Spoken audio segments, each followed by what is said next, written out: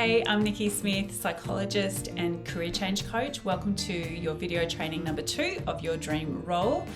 As I said, I'm a working psychologist and career change coach with 18 years experience of helping people to uncover and find their best fit role or dream role. Here's a small sample of companies I've freelanced 2 or 4 to help them to do one or more things. It could have been assessing candidates for roles. I've conducted over 2,000 job interviews and looked at over 6,000 resumes. Could be helping their employees with performance coaching to get that peak performance, or it could be helping their employees through redundancy and outplacement coaching. And certainly in this business as Nikki Smith Coach, I've helped over 300 individuals who've sought out my help to uncover their dream role and make it a reality. I've worked in also across job environments such as corporate, not-for-profit, and run my own businesses. And I've changed careers 3 times myself, from event manager to musician to psychologist, and I've loved all of my career changes. So clients love that I can see both sides of the table when it comes to career change. All right, so let's recap what we talked about and uncovered in video training number 1. I helped you to uncover at least 3 dream role ideas. Today in training number 2, you will learn the strategy for making the change with clarity and confidence. To answer the questions, how do you turn one or more of your ideas into reality? And how do you increase your confidence and belief in these ideas? I can't wait to share this with you. Clients consistently rave about this transformative strategy. I hope you love it too. So we want to have more confidence and clarity with any change that we make. Would you agree? Yeah. So the mistake that we often make, and I see all the time, is diving off the deep end on day 1. You know, we get this fantastic idea and we dive right in. And I think that's how we've been trained in the society to deal with ideas. So the risk is, if we do that, dive in day 1, the risk is we get in our own way. You know, when we face uncertainty, our brain actually gives us doubting thoughts. So we can easily slip into self-sabotage, imposter syndrome, who am I to do this? I'll find out I'm not an expert, and even procrastination. The other risk, which I think people don't often think about, is that you don't properly test out the idea or ideas. We make assumptions and decisions too quickly. When we do that, we miss out on the magic of what the true expression of that idea could be. And we often drop the ideas without really knowing if it's for us. So then what are the benefits? With this strategy called mini experiments, the benefits are many, including that creating clarity, confidence, and momentum. So it really is the antidote to all those things I just talked about a moment ago. So I want you to imagine that you're a baker or a scientist, whichever one resonates more with you. And I want you to get really curious. I want you to imagine that your ideas are like those raw ingredients that you see on the slide. And through mini experiments, we're going to test them out and see what we can make out of them. What final product can we make out of them? We're going to drop the assumptions. We might make some hypotheses, as a baker or a scientist might, but we're going to drop the assumptions. Okay, so we're going to be a baker or scientist. We're going to test things out. We're going to drop the assumptions. Fantastic. So, mini experiments are the antidote to self-sabotage, imposter syndrome, and procrastination. I want you to test out all ideas ideally, or at least more of your ideas than you would have before. I want you to think about gathering evidence from the experiments rather than making assumptions. Okay, we need a framework. Who loves a framework? I love a framework. Okay, this is the mini experiment framework that I've been creating and testing out for over 10 years. And I've been doing mini experiments since I was 24, thanks to an aunt of mine. So let me share with you the nuts and bolts here. So can you see the bottom one, project experiment 1 year? That's typically how we approach new ideas. We commit to them for a year. We might sign up to a course. We might commit to that job for a year. We just go hell for leather, or a business for that year. We go hell for the leather, we dive in and we commit. And as I said before, so much negativity can happen in our brain when we do that. So what I recommend you do is actually go to the top of the triangle and start there. So what are micro experiments?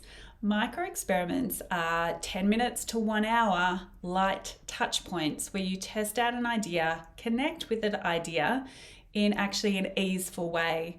The idea is that we don't encounter much resistance when we make it a lot smaller, 10 minutes to 1 hour. In a moment, I'm going to go through some case studies with you to show you what on earth I'm talking about. But typically micro experiments are like touch points such as 10 minutes of research online.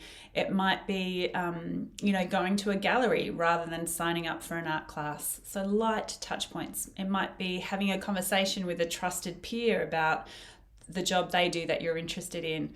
Light touch points. The mini experiment level is 3 to 15 hours. So once you've done 5 to 8 micro experiments, you can go into the next level of mini experiment. And as you can imagine, you're making a bit more of a time commitment to that idea. So for example, you might be doing a weekend short course. You might go and shadow someone doing something you're interested in. You're committing a bit more time and energy to that idea. And I recommend you do one or more of those before going into the place we're more familiar with, which is the project experiment level, which, as I said before, might be committing to a 1-year course or a role for a year. So have a think about what you like so far about this framework and idea. Have a little think about it. Is it that, okay, maybe I can do like touch points. Maybe this feels a bit more liberated than committing to an idea 100%. All right, let's get into some examples. So in this section, we're going to start workshopping your micro experiments. I've got an example for you for each of those categories that we had in video training 1. So what I want to do is show you, you've got a worksheet. Okay, so in this worksheet, can you see you've got a section for the micro experiment level, the mini experiment level, and the project experiment level. So it's all set out for you. It's designed to help you not skip a level of experimentation. So you've got that ready to go. I'm going to go through, as I mentioned, 4 case studies, one that matches each category from the first training. And so as we go through, you might find that the exact ideas being showcased in a case study, so you can, again, kidnap those ideas. I'm going to demonstrate a bunch of ideas that you can draw upon for your own micro experiments. So one thing to keep in mind with this worksheet is I recommend you have 1 per idea. Okay, so if you came up with 3 dream roles in video training 1, you need 3 worksheets. If you came up with 6 ideas, yep, that's right, 6 worksheets. Okay, so please pause the training if you need to go and organise those. They are typable PDFs if all technology has gone to plan. Otherwise, you can print them out or even handwrite out the framework onto a piece of paper for yourself. So pause the training if you need to go and organise that now. Okay, so back to our examples. How many of you had a creative dream role or more in your wish list? So I want to talk to you about Rachel Ray. So her dream role idea was being an artist. Honestly, when she was first thinking of this, she really felt like it was for her. She had no intention of selling her art. This was more to add some spark and creativity to her own life. And so this is a great example of how mini experiments create magic and can take you somewhere that you never expected.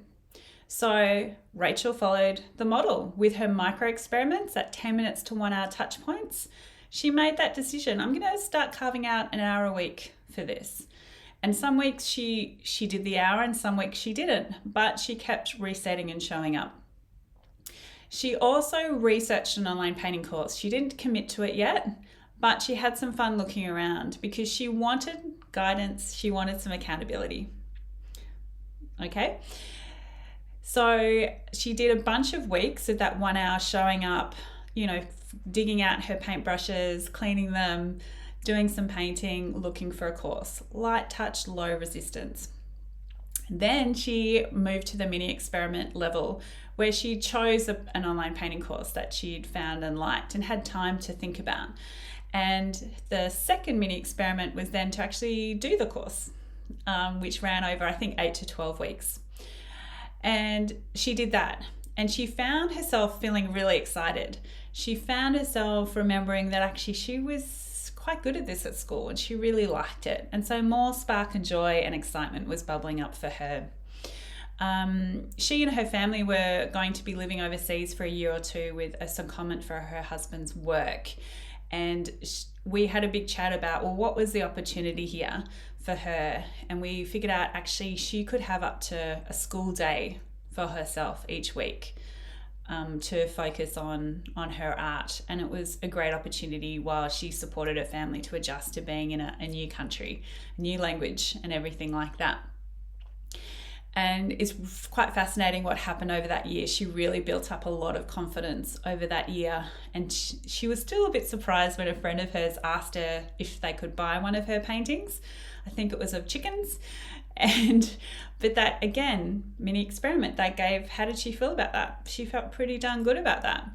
And over the next few months, a few more people asked to buy a painting. And so her next mini experiment, she kind of, between project and mini, she probably popped back to mini experiment was, well, what if I find a website that showcases artists' work and put up 3 paintings? What if I do that? And she just kept repeating that mini experiment. She now sells paintings regularly.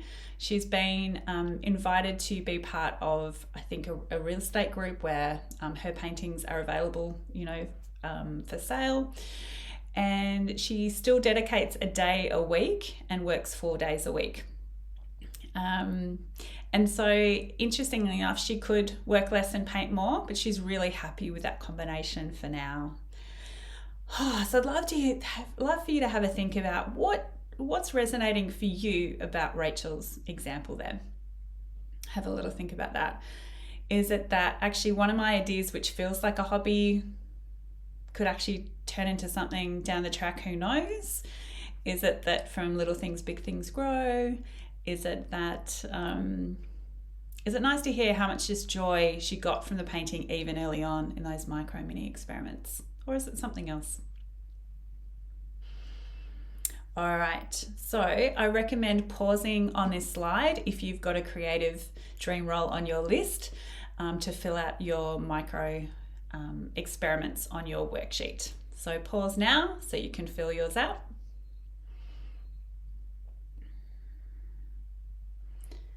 Fantastic, well done. Okay, I'm hoping you've all got a lifestyle example on your dream role list.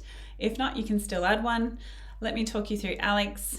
It's the same Alex from Video Training 1. Another one of her dream roles was to live near the mountains. And so again, if you think about that, we tend to think about the big version of that, don't we? Like, oh, in 3-6 months, we could be living near the mountain. So I recommended she follow the framework to the letter. So with micro, she enjoyed just doing 10 minutes to 1 hour here and there. She did not find that hard to research, where, near which mountain, whereabouts would we want to live. So she did a whole bunch of those, probably 12 of those, loved every minute of it. She then did a bunch of mini experiments where she chose 3 or 4 different locations and went and spent the weekend there to get the feel for the place. And then in the next rounds, they'd spent the weekend there and then actually had a look at properties and things like that. They decided that they would rent for a year, which is a great project experiment. That's what we did with our sea change. We rented for a year to make sure this is where we wanted to be, and it felt like an adventure, and it helped us to move more quickly. And the same with Alex, it helped her to move more quickly. We're renting for a year, and this was partway into COVID times where the hybrid model of working and remote working became even more the norm. And the silver lining of that is she made the move during that time. It was only 18 months really from starting the micro experiments to moving, and she lives full time now in the Victorian Alps. So again, I'd love for you to have a bit of a think. What resonates to you about Alex's example? Is it that actually we could do a sea change, tree change, mountain change, farm change And we don't have to do it overnight. Is that a helpful thing to think about? Have a little think for you. Fantastic. So now is a great chance to grab your worksheet. If you have a lifestyle example, please pause and flesh out at least your micro experiments. You can choose to flesh out some mini and project as well. It's up to you. But the main aim of the game is to get those micros down and to get your creative juices flowing for these ideas. So pause if you need to workshop that one now. Okay, brilliant. Next up, business owner example. I love sharing Sam's story. Her dream role idea was being a speaker, being a workshop facilitator, being a retreat owner. And when I looked at Sam's strengths, they read like Oprah's. When I looked at her why, it was about increasing equality in the workplace, adventure, maximizing people, all the good things. And so she was newly separated and she needed to have an employee role while she set up a business on the side. And I think it's important to point that out because often with business ideas we think, well, that's a nice to have if you've got a partner or a main breadwinner. She didn't have that. Okay, so she was confident in finding her bridge role, which we'll be discussing in video training 3, and she was ready to start her business on the side. So I suggested because she had a young son, that starting a podcast was a really great way for her to experience that speaking element, really great way to test out all of that side, author, workshop facilitator, speaker, by interviewing people. And we could attach it to that increasing equality in the workplace, which is an idea she was fascinated about, but did not feel like an expert. She felt nowhere near an expert. She'd worked in a male-dominated industry, risk management for, I think it was oil and gas industry. And so she had experienced inequality, and she knew she had that motivation to change it, but she really didn't know how. And I suggested that she could interview experts and be fascinated and build up her knowledge. So that's definitely one way you can connect with one of your dream role ideas, and reducing that expectation that you have to be the expert. Now, when we think about podcasts or writing a book, or often we think about and get quite overwhelmed by all the steps. So again, we used the mini experiment framework to break it down into smaller steps.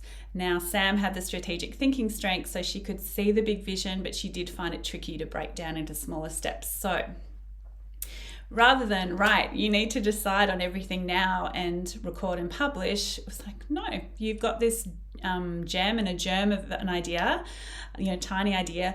Why don't you sit across from a really close friend and have that meaningful conversation and just take a note of what themes or topics come up for you that get you really excited and fascinated, and reflect on those themes after that conversation. So she did that a couple of times and she recorded the conversation, but she didn't publish it, which is a really important distinction to make. Remember, we're talking about micro, 10 minutes to 1 hour, light touch points with low resistance. Okay, fantastic. So next up, onto a mini experiment. She was ready to decide on themes, on questions, and she was ready to find a name for it. And again, that was each one was a discrete mini experiment. Each one took 3 hours or more. So you get credit for all those touch points.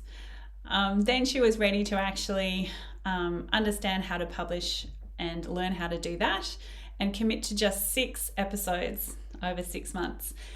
Now, can you see a change in that? She's not committing to it forever. She's committing to 6 episodes of 6 months and review. The result has been astounding. So she had all the imposter stuff at the start, I promise you, but the mini experiment helped her to take small steps. She worked on it 15 minutes to an hour a week for a long time. 18 months later, she has 80,000 downloads, and this podcast has generated 2 job offers.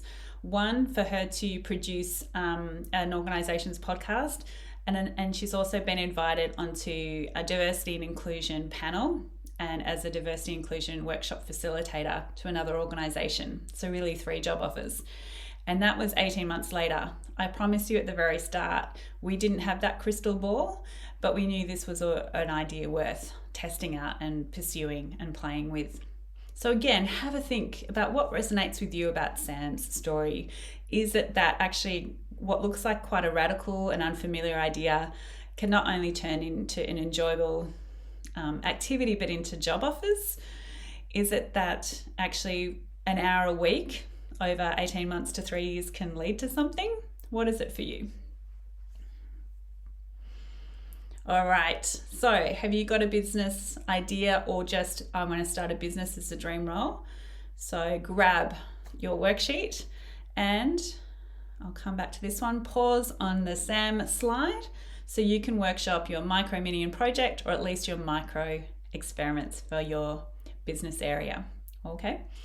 If you're not sure of what the idea might be, then actually listening to podcasts, about businesses, reading some industry magazines on sectors that you're interested in or products that you're interested in, those are the kind of micro experiments you can start with. Okay. All right. Finally, employee example. Okay. So Katie is a journalist and she wanted to work in an NGO, but that really felt like a big leap for her. She's so familiar with journalism. It was very unfamiliar on how she would figure this out. So again, we followed the mini experiment model. With the micros, I got her to uncover her strengths and her why, and together we shaped some statements around that. I encouraged her to talk to 2 people in her network who had left journalism, so she could, see that positive modeling out of journalism. And then when she was feeling more confident, I connected her with 2 of my contacts in interesting NGOs so she could discover, what was going on there in the realm of comms communications. Only 4 months later, with 4 rounds of connections, it led her to a senior person at Save the Children. And he was very excited and said, actually, we've got a comms strategy role. Let me connect you to the CEO for a conversation. And she was put forward for the interviews. So have a think about this one. What excites you about this? That you can get hired through conversations? Is it that you can, again, go a bit more gently at the start when considering a sector change? What is it for you?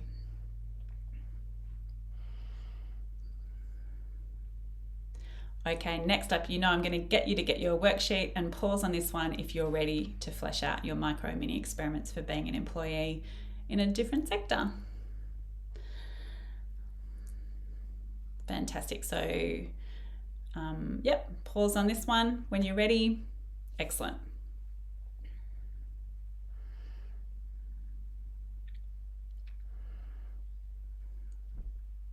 So I hope you're buzzing with some excitement. I'd love to know what your key insight is. My email address is at the end of the training. Feel free to email me your learnings, your worksheets, your insights. I'm genuinely interested in hearing them. Okay, so in terms of your next step, what you need to do is review your micro experiments for each role idea and rank them or prioritize them. Remember, we're starting with micro experiments. Then go to your diary and carve out the 1 hour a week to start on your micro experiments. If you want to spend more time, that's great, but I do recommend, it's a bit like training a muscle, doing micro experiments. Start with 1 hour and build up. But if it's not in your diary, it's less likely to happen. So I recommend you pause the training, grab your diary now, and put that hour in for the coming weeks. Fantastic. Well done. You've done it. In this training, you learned the key strategy for making the change with clarity and confidence, keeping more ideas on the table, learning how to turn all or at least one or more of your ideas into a reality, and also how to increase your confidence and belief in your ideas. That's what we've done today. Okay, if some of you are already thinking, what's the roadmap? I get the experiments, but what's the roadmap from here? In the next training, that's what we'll be covering.